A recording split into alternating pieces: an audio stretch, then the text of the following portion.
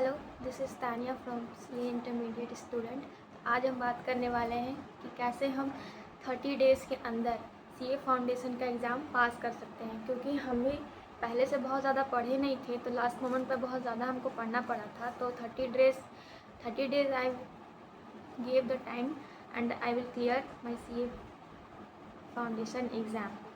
So start करते हैं video. पहले है अकाउंट्स में सबसे पहले है अकाउंटिंग प्रोसेस, फिर फाइनल अकाउंट, फिर depreciation, BRS, inventories, bills of exchange, company and partnership. ये बहुत ही मोस्ट इम्पॉर्टेंट चैप्टर्स हैं जिनको आप पढ़ करके एग्ज़ाम अगर दें तो एटलीस्ट 50 to 60 मार्क्स अबव आ सकते हैं, क्योंकि 1 मंथ का टाइम पीरियड बचा हुआ रहता है तो पूरा तो कंप्लीट कर नहीं सकते।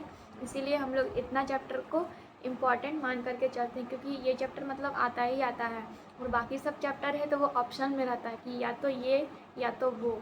इसलिए हम लोग इतना भी करें तो हम लोग पास हो सकते हैं अकाउंट्स में।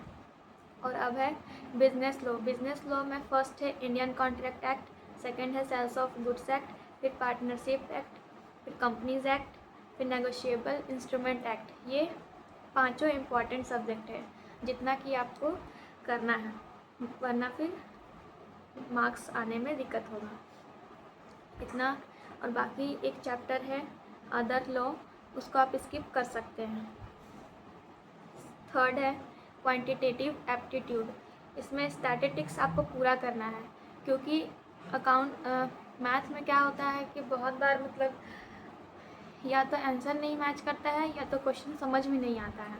इसीलिए हम लोग को पास होने के लिए कम से कम स्टैटिस्टिक्स पूरा कंप्लीट करना है, लॉजिकल रीजनिंग भी पूरा कंप्लीट करना है।